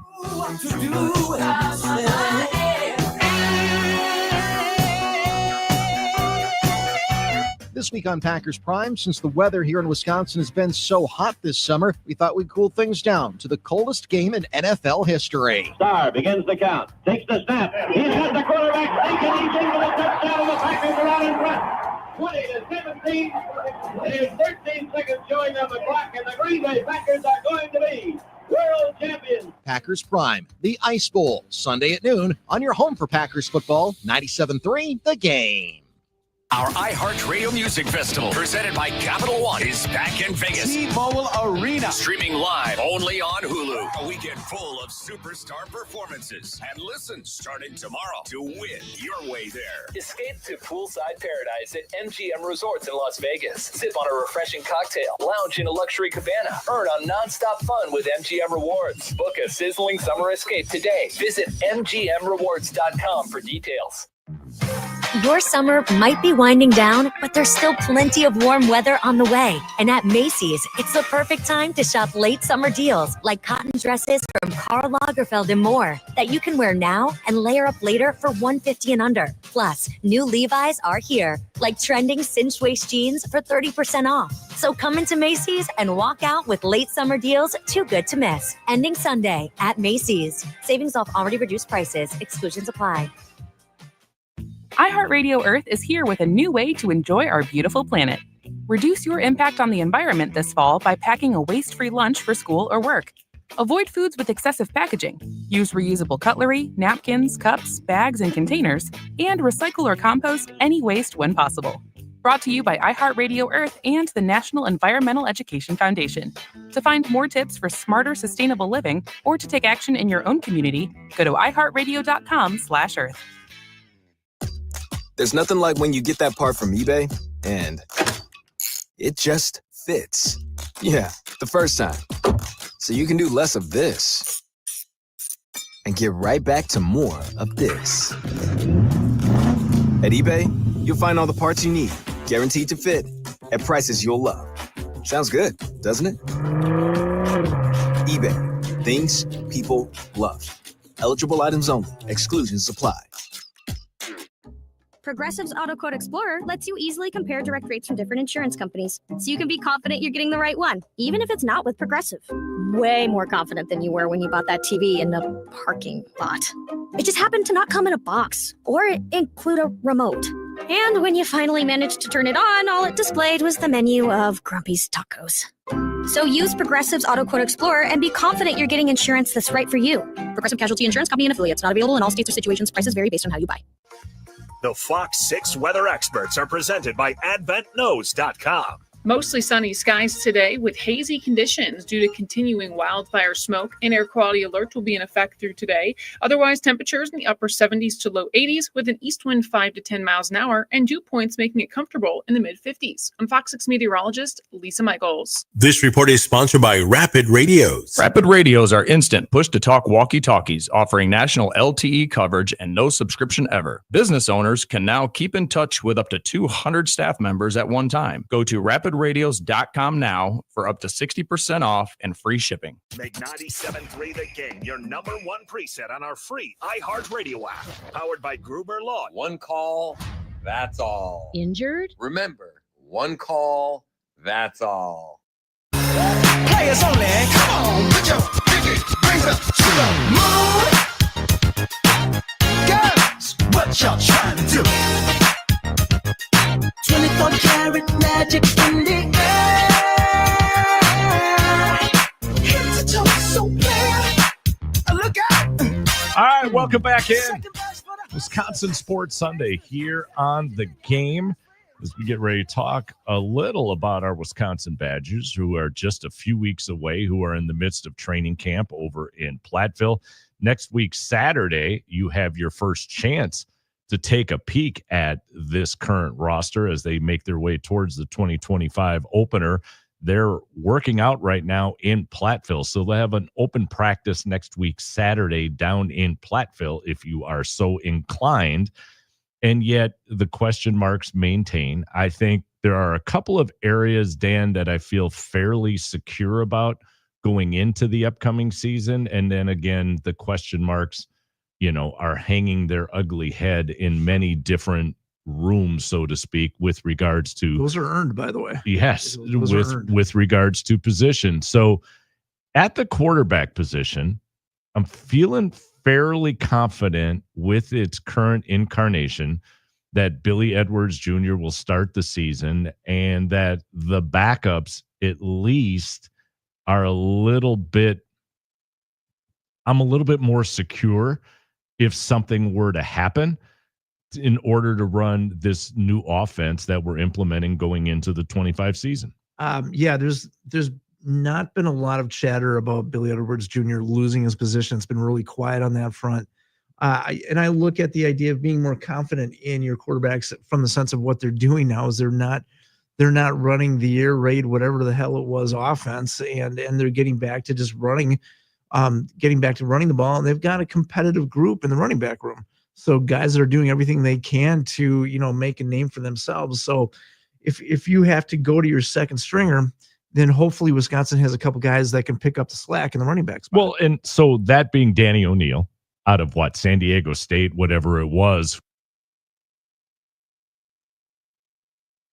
with his status being that he started last year as a freshman and then all of a sudden decided to transfer. Mm-hmm. Good for him. Everybody can do it nowadays, but he's got experience, I guess is what I'm getting at. And I think with the way this offense is styled, that heaven forbid something happened to Billy Edwards Jr., that having O'Neill step in, it's okay because he gives us that run pass option from the quarterback position that Billy Edwards Jr. doesn't necessarily provide, but he gives you a different element, a different look. It'll be interesting to see maybe as the season progresses, could we see a Danny O'Neill getting thrown in for a series or two because he provides the RPO a little bit different than what Billy Edwards Jr. provides, and it creates a wrinkle at least on the offensive side of the ball. It worked a little bit for Penn State doing the same thing, having the two quarterbacks go in and out. And look, at this point, I think Wisconsin is going to have to play some of those tricks, some of those unique things to allow them to be competitive right now based on the gauntlet that they have to face. So the third toughest ranked schedule in college football right now. And how are they third? I have no idea. It's brutal. So yeah, the fact, if you have two quarterbacks that can execute the plays and has to make, that defense kind of rethink about what it wants to do when another guy comes in, then great, then let's do that. Because right now, Wisconsin is in a place where they're going to have to outthink, not just outperform that opponent. The other spot where you feel fairly comfortable with, and that's the running back room with Dylan Jones and Darian Dupree and Cade Giacomelli. What's weird to me is the Cade Giacomelli storyline. I don't know how else to phrase it, in the fact that with Dylan Jones and Darian Dupree, Cade Giacomelli once again is third on the depth chart, and yet we saw what Cade Giacomelli could do last year, averaging over 8 yards per carry. It's going to be interesting to see, A, how he's worked into the rotation, and quite honestly, B, if a Dylan Jones and a Darian Dupree carry the bulk of the load. I hate to say it this way, does Cade even get worked into the rotation? I feel like he's got to be, because he's a proven commodity, but you just looking at where they stand right now between Dylan and Darian, they have done remarkably well in camp. Again, it's camp. Mm-hmm. What happens to a Cade, and what did they say to Cade Giacomelli in order to have him hang around? Because in this day of transfer portal, there were a lot of other schools that were hearkening for his services. Well, Cade Giacomelli has been a guy that has made his living, and I don't mean this as negative as it's going to sound, but he's been able to come up and be productive when someone has gotten injured ahead of him. Mm-hmm. And people have been getting injured a lot. it's the nature of this game. And, having two really good running backs ahead of you does not guarantee that you're not going to play. So I think he's seen that. Also, I think he's one of the almost a unicorn now in terms of the transfer portal, where he's recognized, no, my best option is the University of Wisconsin. I could play more, but the odds are, I don't know that there's an NFL team calling my name. So what's the advantage of moving somewhere else? And buying into the new scheme, buying into the new offensive coordinator, believing what Luke Fickell is doing. I think it could be a case where Cade Giacomelli kind of asserted his independence and said, no, I think this is still the best spot for me. And then you look at Eugene Hilton, who is a freshman coming in this year, who has, by all accounts, for those who cover camp, made some spectacular catches, some spectacular progress. And suddenly the receiver room has a little more depth than what I would have given it credit for going into this season. And I think you're going to have a couple of guys who step up in that receiving room to make this a little bit more potent. Now, we're not thankfully going to get the Longo air raid offense. We're going to get more of an offense that I think is pro style and more apt to what we see in Big Ten football. Mm-hmm. But you need those elements to be present, because we've said it time and time again. How many years had we gone where you had Heisman level candidates at the running back position, and we thought if we could just get someone who could throw a 20-yard out, a 30-yard fly down the sideline to stretch things a little bit, how potent that offense could be. Well, now you've got a quarterback in Billy Edwards Jr. who's got experience. You've got 3 at least running backs who have shown at least early on the ability to run the football. You've got a receiving room now that's got a little more depth than what, again, I would have given it credit for even a month ago. So that piece of the offensive puzzle is starting to take hold, which could absolutely change the dynamics going into, as you said, the 3rd toughest schedule in all of college football. Yeah, going back to the receiver room a little bit, there's a little bit, for me, a little bit more confidence there. We saw Vinny Anthony Jr. come back, and not even come back, but really kind of assert himself in some plays last season where he became the guy in some of the games. And then I'm excited just to have Trutch Kekahuna back, because there was that point where he was going to leave. He was going to enter the transfer portal, and then he reconsidered. And why that was, don't know. But the idea of having those 2 guys there that have proven that they can catch, and they've, I don't know that they're the burners that you're looking for, the guys that can really spread the field, but they are the guys that can help you get that first down, right? I think they have to be respected coming off the line. So, there's so much made of the Wisconsin wide receiver core when this was Phil Longo's offense. It really didn't happen. Now that this is going to be supposedly a more balanced approach, I think the wide receiver core can honestly kind of do more than they were doing previously. So where did this all come back to once again? It's the offensive line. Right. If the offensive line can protect, can run block, if the offensive line can go back to being a traditional like offensive line that the Badgers were accustomed to before Longo went all Don Morton craziness on us. Throwing down. Then all of a sudden the elements that we're speaking of have the opportunity to show their skill sets, and this team then could surprise a lot of people. You've got the national pundits out there wondering if this team has the ability to win 3 games this season. And in order to prove them wrong, you're going to have to give those skill sets, those skill position players, an opportunity to show their wares. Otherwise, this doesn't happen, and it's got to start at the offensive line. Well, it's got to start at the offensive line, but let's look back at this again and just think about this. The pundits are saying what they're saying because of last season, the way the season ended. Okay. Sure. How often was the defense on the field before they wore down at the end? The Wisconsin Badgers offense was struggling, to say the least. Well, and not only how long they were on the field, but even go back to that Oregon game, right? How close that game was, because you took one of the most high-powered offenses in all of college football and held them in check. absolutely. Now, granted, they had hiccups in Nebraska. They had hiccups in Iowa, which shouldn't have happened. But you've got a team like Oregon to prove my point that they could step up and play when needed. But again, to you and what you had just said, they were on the field so much, you're about to get worn out. And I think that part, you compare these two games from last season, compared Oregon, and then you throw out Iowa. Two different things, and that's part of the prediction process that makes it so difficult for Wisconsin this year. We saw the worst of the worst against Iowa. Iowa whipped them up, down, right, left. And Minnesota, yes. Yeah, and Minnesota. So what team are you getting? Or are you getting a team that competed against Penn State? Are you getting the team that competed against Oregon? That's a challenge for me, right? And looking at that, and you're hoping this idea that there's going to be a new offensive coordinator, that you've got Tressel coming back for the third year, establishing things that you want, that you're going to get more bulk on the defensive line, they can get more 3 and outs possibly. But you look at this team and will they win 3, 4, 5, 6? Nobody knows, because this is, again, how many teams have to go at Alabama, right? Yeah. They've got to take on Ohio State. They've got to do all these things. And Wisconsin's just in a tough spot right now. For me, what will determine whether or not this is a successful season, I'd love it if they got to 500, if they could do that. But can they keep the players? Can they keep the mindset positive?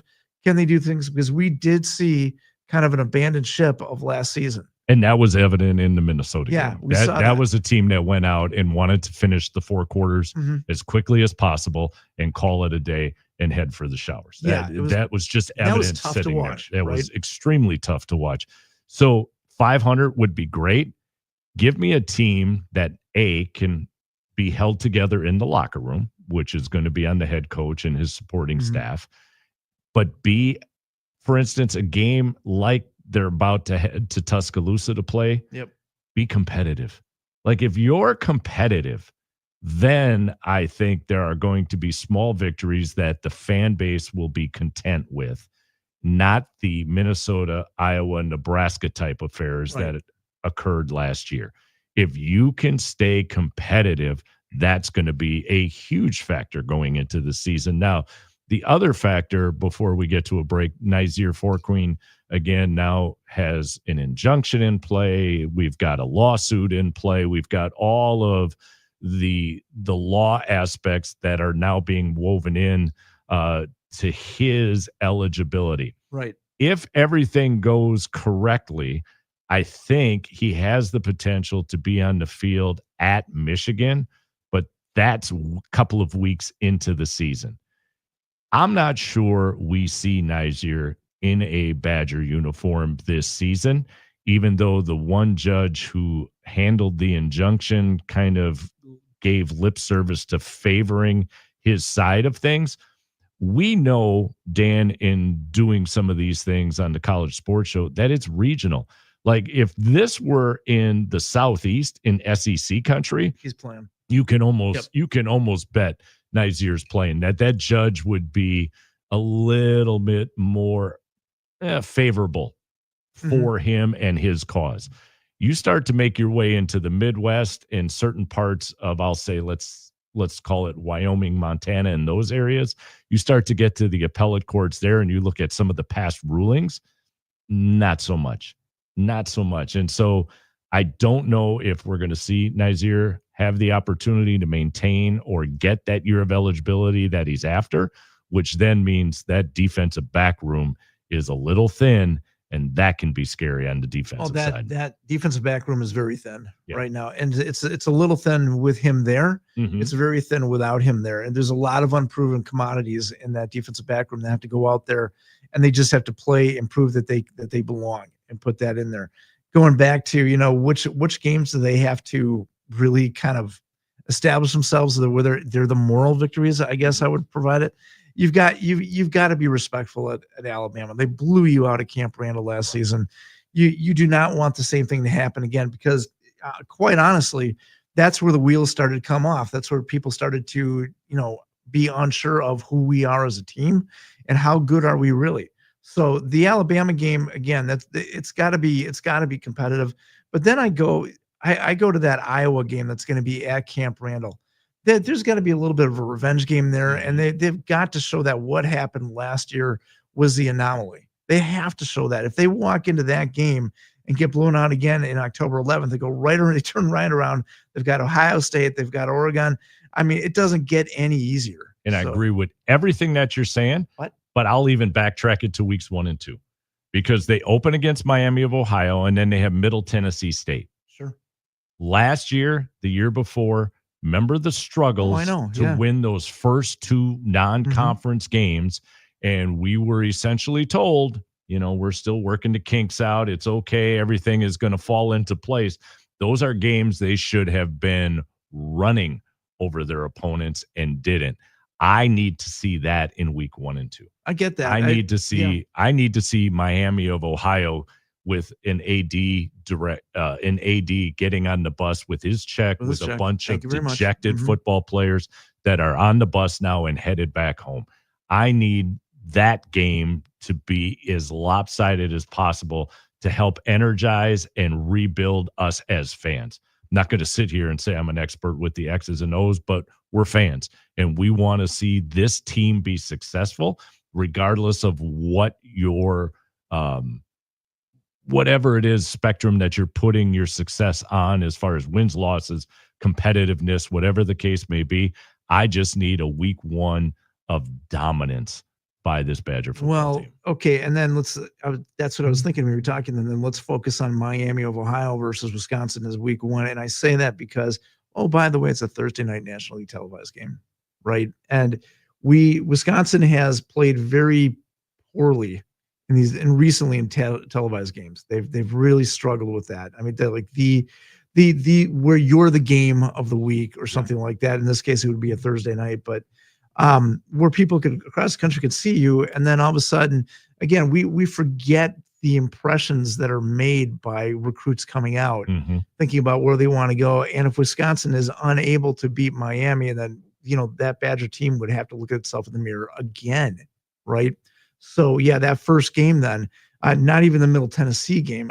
That first game against Miami, Ohio is probably the game. That's fair. All right, let's get to a break. Last break of the day. Ron and Lacrosse told the Badgers they need to go back to running the wing tee. So we'll see how effective that could be. On the other side of the break, we wrap a Wisconsin Sports Sunday up with the Book of Pipe Bomb. We'll do so next. Wisconsin Sports Sunday here on The Game.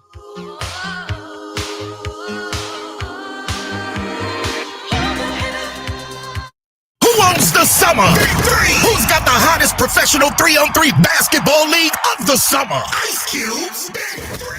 It's summer in the city. Big 3's back. Tune in to CBS and Vice all summer long. That's right. Ice Cube's Big 3. The best 3-on-3 basketball league in the world. Don't miss the incredible showdown. Playing the game like it's meant to be played. With your favorite Big 3 players like Dwight Howard, Michael Beasley, Jordan Crawford, Gerald Green, Kemba Walker, Jason Richardson, ISO Joe Johnson, Montrezl Harrell, and many more. You'll also see the legendary and Hall of Fame coaches like Michael Cooper, Calvin Murphy, Steven Jackson, Nick Young, Nancy Lieberman, and Julius Dr. J. Irving, George the Iceman Gervin, and the 2024 Big 3 champion Gary Payton. Fire up the grill and bring in the family. It's Big 3, baby. Summer in the city.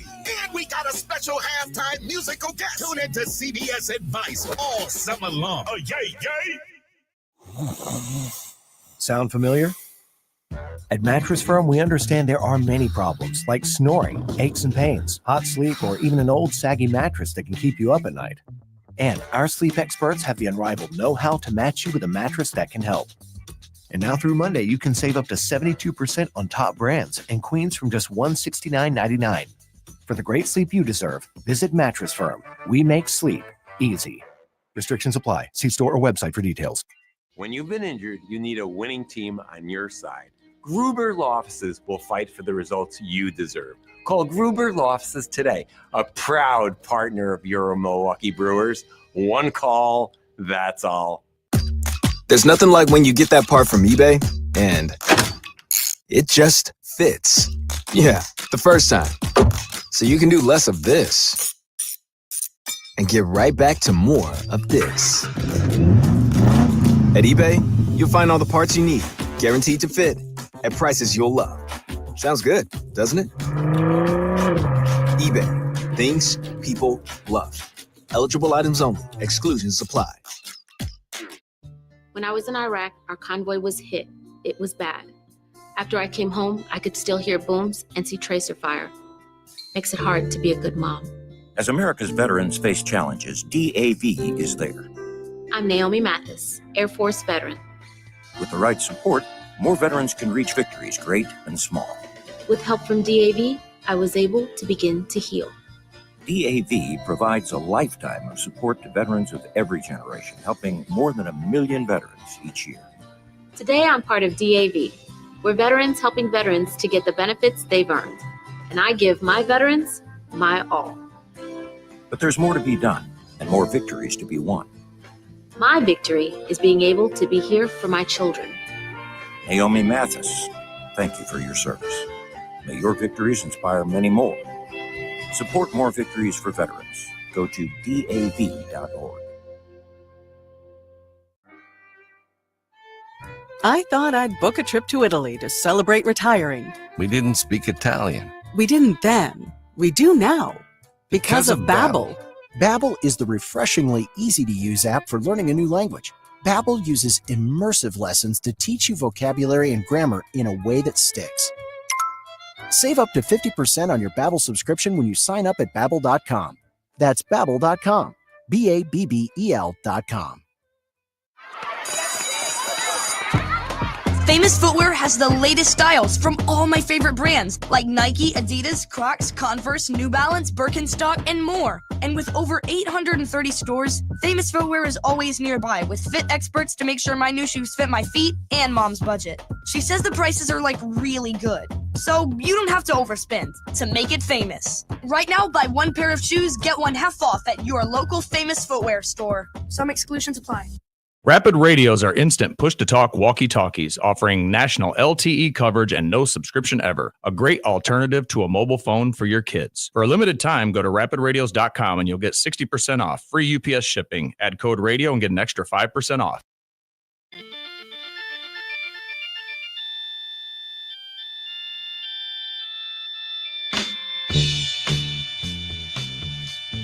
Welcome back in one last time. It's a Wisconsin Sports Sunday here on The Game. Don't forget, top of the hour, it's Packers Prime as we get to relive the Ice Bowl back in the 60s where 54,000 people were paid and 2.8 million said they were at the game, but we get to hear the Ice Bowl again coming up at the top of the hour. Want to remind you that Hunter and Pipe Bomb will be here following the Brewers game.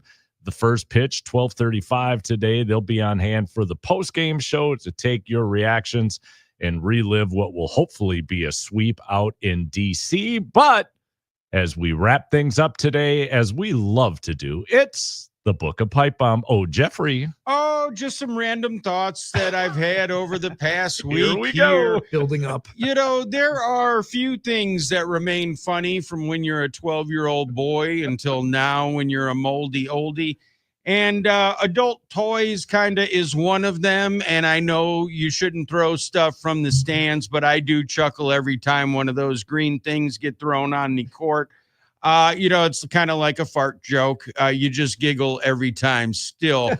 Just proof that, you know, we're trying to stay young. And, you know, there's just certain things that always bring a smile to your face. For some reason, that's one. Oh, boy. I have a movie recommendation. I watched it last night. Final Destination Bloodlines. Is HBO, one of those ones, is showing it now. That was hilarious and awesome. There was just a great death scene involving a lawnmower. I'll put it at that. So, you know, I called it the Vaughn mower. My 15-year-old was sitting there, kind of had his eyes covered. I'm giggling like a little kid. I thought that was absolutely awesome as well. And then a big thank you. We talked about it, you know, to MLB and NASCAR teaming up to make a mockery of themselves on something that should have been a special event. So you did us a favor. A lot of the times you write this stuff for me just by your own silliness. And I would love to find out what those consultants were paid. If you want to do it a little bit better, call my agent. That's me. But call me and I'll help you out.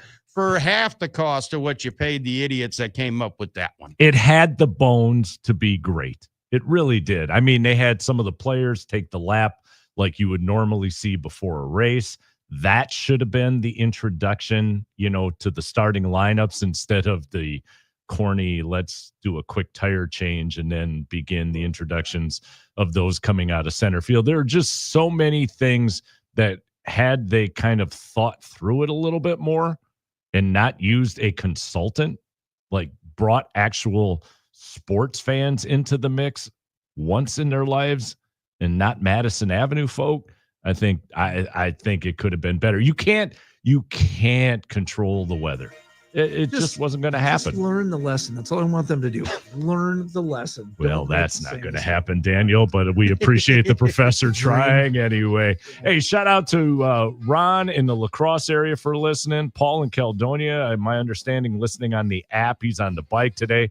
Fuzz mowing the lawn out in Maguanago. We appreciate you guys. CJ, top texter. CJ was the text winner of today's fine program. So thanks to everybody for listening in. For the Professor Dan Enderberg, the Polish Pipe, I'm Jeff Orlowski. I'm Don Wachillis. Have yourself a great week. We'll see you back in 6 and 22.